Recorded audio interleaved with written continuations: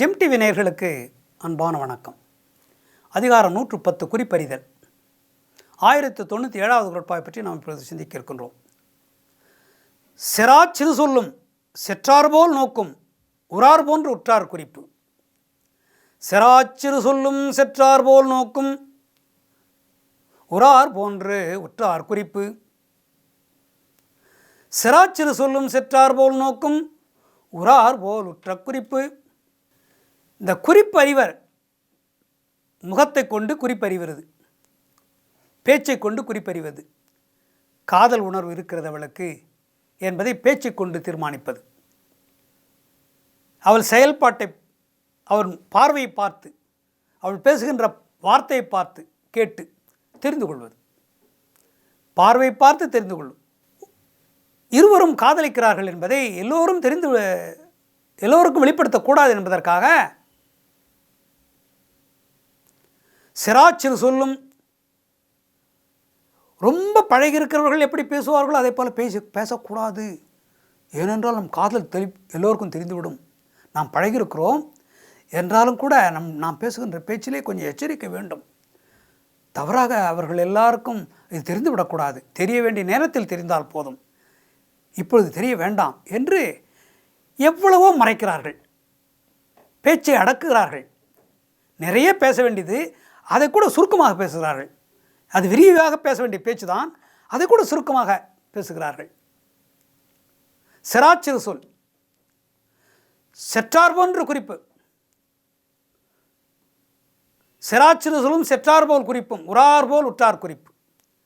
இதுக்கு முன்னே பழகாதவர்கள் போல என்னமோ அப்படி பேசுகிறார்கள், அப்படி நடந்து கொள்கிறார்கள். செய்கை பலமுறை சந்தித்திருக்கிறார்கள், பழகியிருக்கிறார்கள்.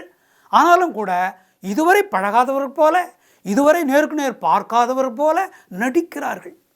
ஏன் அப்படி நடிக்கிறார்கள் என்றால், நம்முடைய காதல் தெரிய வேண்டிய நேரத்திலே தெரியட்டும், இப்பொழுது எல்லோருக்கும் தெரிய வேண்டாம் என்று நினைக்கிறார்கள். ஆனாலும் கூட அது எப்படியும் வெளிப்பட்டு விடுது. எவ்வளவு முயற்சி செய்கிறார்கள், ஒரு சிறு குறிப்பினாலே அது வெளிப்பட்டு விடுகிறது.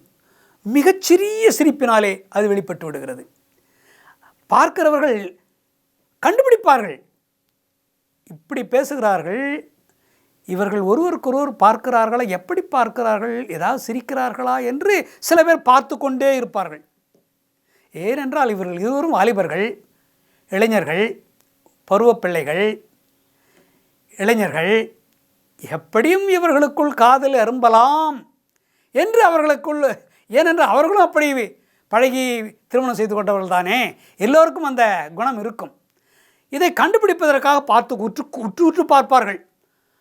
அவர்கள் சிரிக்கிறார்களா ஒருவருக்கொருவர், அவர் கை கால் ஏதாவது படுகிறார், கை பிடிக்கிறானா, அல்லது காலால் ஏதாவது செய்கிறானா, அல்லது வேறாவது கொடுக்கின்ற பொழுது ஏதோ ஒரு பொருளை கொடுப்பது போல கொடுத்து கையை பிடிக்கிறானா, தொடுகிறானா, சிரிக்கிறானா, எப்படி இருக்கிறது, எல்லோரும் இல்லாத போது எப்படி இருக்கிறார்கள் பார்க்கலாமா, ஒளிந்திருந்து பார்ப்பார்கள். பலர் இருக்கும்போது இவர் அச்சப்படுகிறார்கள், அவர்கள் தனியாக உள்ளே போகிறார்களே எப்படி இருக்கிறார்கள் என்று ஒளிந்திருந்து பார்ப்பார்கள். ஜன்னல் வழியாக ஓரத்திலிருந்து கண்ணார்ப்பார்களை உற்று பார்ப்பார்கள். அதற்கு பெயர் சரியாக சொல்வார்கள், சில பேருக்கு அது ஒரு பழக்கம்,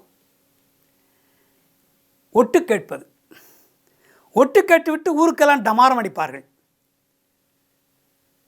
எந்த காரணத்தினாலும் கைப்பற்றிருக்கும், ஏதோ சிரிப்பு வந்திருக்கும், எந்த காரணத்தினாலும் சிரிப்பு வந்திருக்கும். அப்படி சிரிக்கிறார்கள், ஒருவருக்கு ஒரு அப்படி விழுந்து விழுந்து சிரிக்கிறார்கள், ஒருவர் மேல் ஒருவர் விழுந்து சிரிக்கிறார்கள் என்று எடுத்துக்கட்டு பேசுவார்கள். அவர்கள் சிரித்திருப்பார்கள், ஒருவர் மேல் ஒருவர் விழுந்து சிரிக்கிறார்கள் என்று எடுத்துக்கட்டி பேசுவார்கள். இந்த ஒட்டு கேட்கிறவர்களுக்கு புத்தி, கிசு கிசு பேசுகிறவர்களுக்கு இதே புத்தி. அதனால்தான் இவர்கள் கட்டுப்பட்டு மட்டுப்படுத்தி காதலை எல்லோருக்கும் வெளிப்படுத்தக்கூடாது, பேசுவதை அளவோட பேச வேண்டும். எந்த செயல் செய்கின்ற பொழுதும் ஒருவர் மீது ஒருவர் நம்முடைய உடல் உறுப்புகள் படக்கூடாது, ஒருவர் மேல் ஒருவர் படக்கூடாது, உறுப்புகள் படக்கூடாது என்று எச்சரிக்கையாக அவர் பழகிறார்கள், பேசுகிறார்கள். உறாதவர் போல் சொல்லினும் செராச்சிறு சொல்லும் செற்றார் போல் நோக்கும் உறார் போன்று உற்றார் குறிப்பு. இப்படியெல்லாம் நடந்து கொள்கிறார்கள். இதுவரைக்கும் பழகாதவர் போல நடந்து கொள்கிறார்கள், நேருக்கு நேர் பார்க்காதவர் போல பார்க்கிறார்கள். எல்லாம் நடிப்பு. இந்த குறிப்பிலிருந்து நாம் என்ன தெரிந்து கொள்ள வேண்டும்?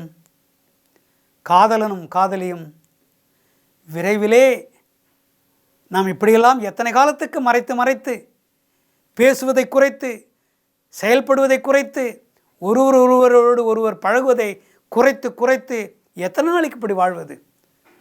இந்த குறிப்பை எப்படியும் வெளிப்படுத்தி விடுவார்கள், தானே வெளிப்பட்டுவிடும், மற்றவர்கள் எப்படியும் கண்டுபிடித்து விடுவார்கள் என்பதை தெரிந்து கொண்டு விரைவிலே திருமணத்திற்கு ஏற்பாடு செய்வது நல்லது என்ற இந்த குறிப்பை திருவள்ளுவர் தருகின்றார். மீண்டும் நாளை சந்திப்போம்.